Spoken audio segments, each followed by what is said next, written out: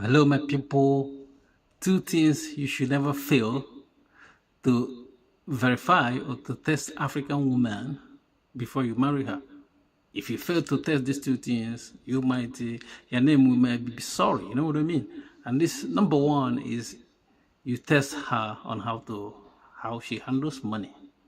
How she deals with money. This is very, very important.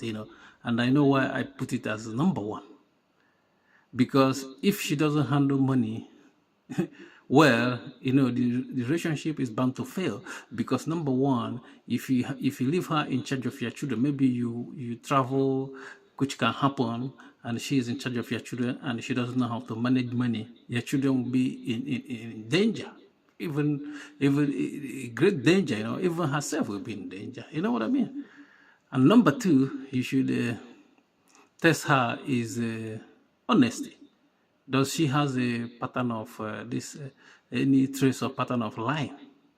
Because if she's not honest, if she's a liar, if she have like if she's a habitual liar, you can be with a woman like that, because is as one Englishman said that it's better to have a thief in your house than to have a liar in your house, because a thief, you can put your belongings and lock it up because you know that a thief is here. But if she's a liar, you don't know whether she's coming or she's going. It's like a snake. You don't know where the snake put their head. You know what I mean? That's why you should pay attention to if she lies to you or if she's dishonest. And these two things, if she fails this test, this is a big red flag. You shouldn't move ahead and marry somebody like that. But for you to do this test, you have to play like you're a fool in the beginning, because in the beginning you have to find out. Because if you find out late, it's bad for you, because maybe you have children with this lady, and for you to disentangle yourself in all this situation is gonna cause you a problem.